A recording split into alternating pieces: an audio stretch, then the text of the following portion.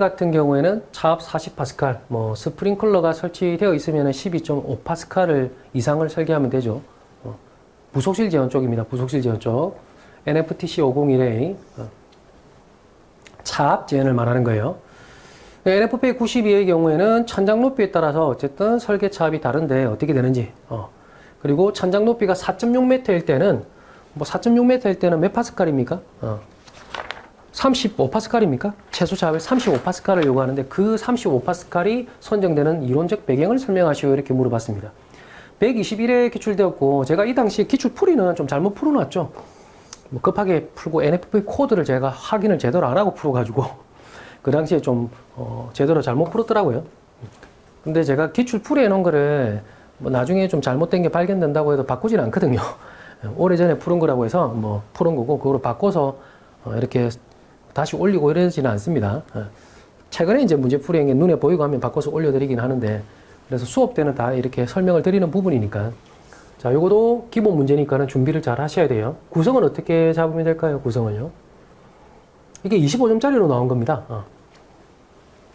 그리고 기출 분석도 해야죠. 121의 기출, 이 문제는 한 번이긴 한데 NFPA 92에서 요구하는 설계 차압하고 국내 거 비교하는 거 그런 문제들이 2번 더 나왔어요. 총 3번 나왔다고 보시면 돼요. 이 NFPA 92 최소 설계 차압을 답안에 적어야 되는 문제 유형이 3번 나왔다. 25년 분석하면은. 겨냥해서 물어본 것만. 겨냥 딱 해서. 근데 그 외에 겨냥하지 않고 요 내용들을 좀 답안에 버무릴 수는 있거든요. 국내 문제점을 설명하면서. 그런 문제까지 생각하면 더 많이 나온 거라고 보면 됩니다. 딱 겨냥한 것만 3번. 기본 문제로서 잘 준비해야 됩니다. 구성은 역시나 물어본 내용이 대제목에 배치가 되어야 되기 때문에 NFPA 92의 저는 최소 설계 차압 1 이렇게 잡겠습니다. 대제목 1입니다. 물어본 내용 대제목 배치. NFPA 92의 최소 설계 차압 그렇게 하면 되고 그 다음 2는요. 2는 여기 있네. NF92에 따른 차압 선정의 이론적 배경 높이가 4.6m일 때 차압 선정의 이론적 배경 다 풀로 적을 필요는 없고 좀 줄여서 적으면 되죠. 천장 높이가 4.6m일 때 차압 선정의 이론적 배경 이렇게 하면 되겠네. 여기서 끝인가요? NFP 물어봤으면 국내 개선사항 써야지. 3. 국내 개선사항 이렇게 가는 겁니다. 이 구성이 일단 나와야 돼요. 이 구성이 국내 개선사항까지 1, 2, 3. 이 구성이 지금 여러분 답안에 되어 있습니까? 책을 보고 쓰시든 안 보고 쓰시든 이런 구성이 나와야 돼요. 아니면 1, 뭐 차압의 개념 할 수도 있지. 뭐 차압의 개념, 뭐 차압 확보의 목적 뭐 이런 걸 해도 되는데 이게 적을 게 많거든요. 요것만 해도 적을 게 많아요. 적이 많으니까는 이게 25점짜리 문제였고 25점짜리라고 하면은 뭐 차압 제한의 목적 이런 거 적어도 되죠. 개요 이렇게 하셔도 좋은데 10점짜리이기 때문에 이제 이렇게 구성을 잡은 겁니다. 즉 25점짜리 문제냐 10점짜리 문제냐에 따라서 2교시 문제냐 1교시 문제냐에 따라서 답안 작성하는 구성도 완전히 달라지는 겁니다. 자, 그 다음에 책을 보시면 되죠. 책을 보시면서 좀 설명을 드리겠습니다. 이 내용은 제가 수업 때는 설명을 드리는데 전교 과정에서 이 차압 선정 이론적 배경 교재 자체에는 그러니까 들어가 있지는 않습니다. 자, 그래서 설명이 좀 필요한 부분이에요.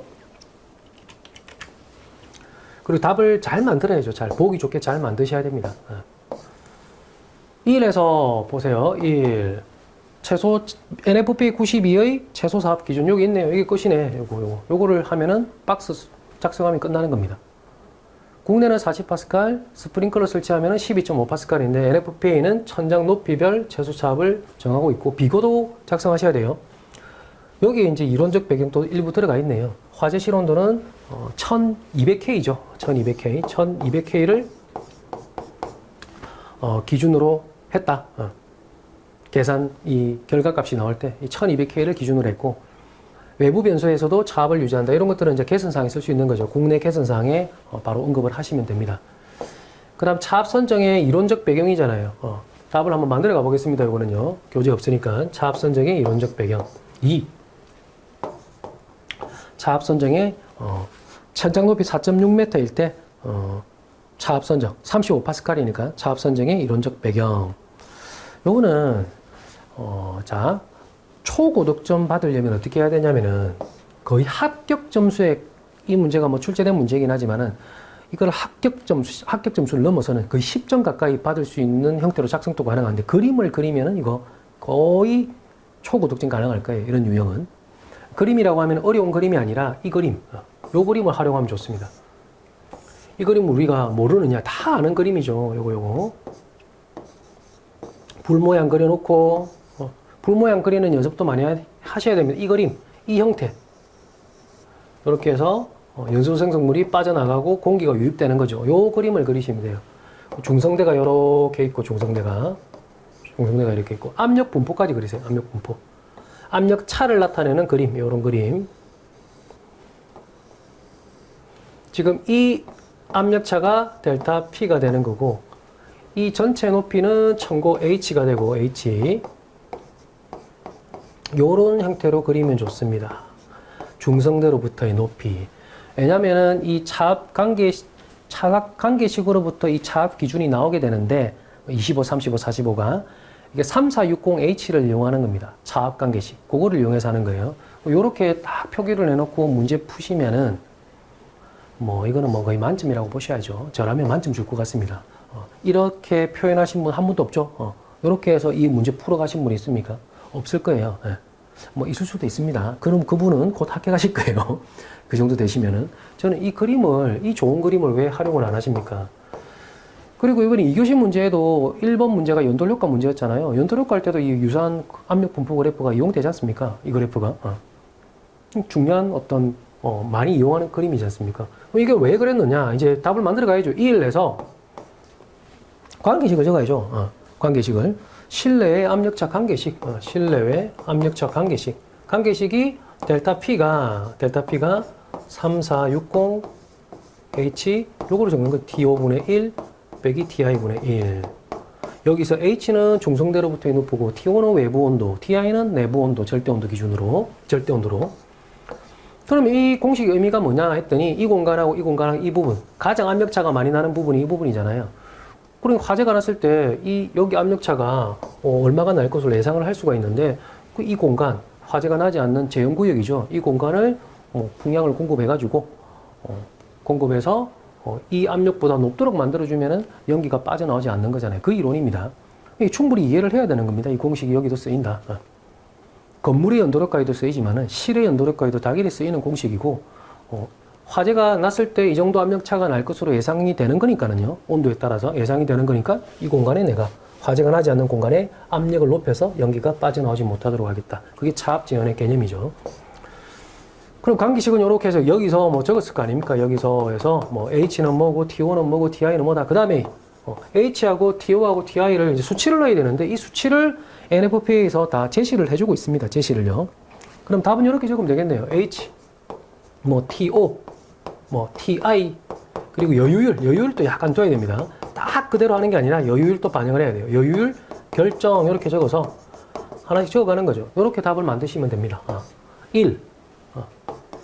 이 H가 어떻게 하냐면은 NFPA에서 보수적으로 잡아가지고 이 H의 3분의 2로 하라 이렇게 있습니다. 이거를 모르면 사실 이제 제대로 풀 수가 없죠. 아니면 중성대 높이 자체를 중성대 높이 공식을 이용해서 계산해서 넣어야 되는데 제가 아마 121의 기출풀이에는 아마 중성대 높이 자체를 계산 공식에 넣어서 뽑아냈을 거예요. 근데 NFP 코드를 보게 되면 이 중성대 높이를 아예 줘요. 보수적으로 이 H에서 3분의 1을 곱한 값으로 하겠다 이렇게 되어 있습니다. 그럼 H가 지금 문제를 물어본 것은 천장 높이 4.6m를 물어봤잖아요. 그럼 4.6에 3.2를 곱해서 뽑아내면 됩니다. 이게 3점 얼마가 나올 거예요. 이런 식으로 되는 겁니다. 중성대로부터의 높이죠, H가. 이 높이가 3점 얼마로, 제가 계산을 3.067m입니까? 한번 계산기 두드려 보세요. 그럼 이게 H가 나왔고, 그 다음에 T5는요. T5는 줬잖아. 1200K를 줬습니다. TO는 1200K, TI는요. TI는 이제 죄송합니다. TI가 1200K, TO는 TI가 1200K고 TO는요. TO는 20도씨거든요. 바깥 온도는 20도씨 기준으로 합니다. 그래 293K가 됩니다. 293K. 요거는 비고에 있으니까. 그럼 여유율은 7.5파스칼 줍니다. 7.5파스칼. 요렇게 압력차를 이제 뽑아낼 수가 있거든요. 그럼 3에서 이제 계산하는 거지. 물어본 내용에 답을 해야 되니까 최소차압 산정. 최소차압은 그래서 이 공식을 들고 오는 거죠. 그대로 대입을 하면 됩니다.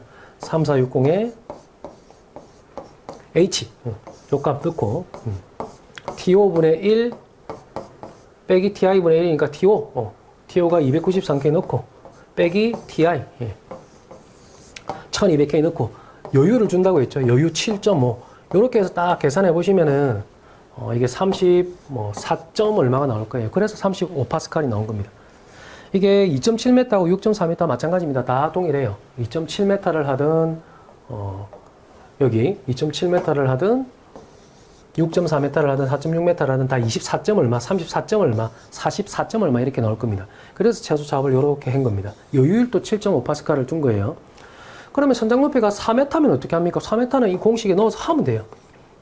이 조건하고 그리고 293K 조건, 7.5파스칼 여유, 그리고 중성대로부터 천장까지 높이면 전체 첨고의 3분의 2, 즉 중성대 높이가 3분의 1이라는 말이죠. 중성대 높이 자체가 이 첨고의 중성대 높이를 3분의 1로 잡겠다는 거예요. 이 높이를 3분의 1. 그럼 여기가 3분의 2죠.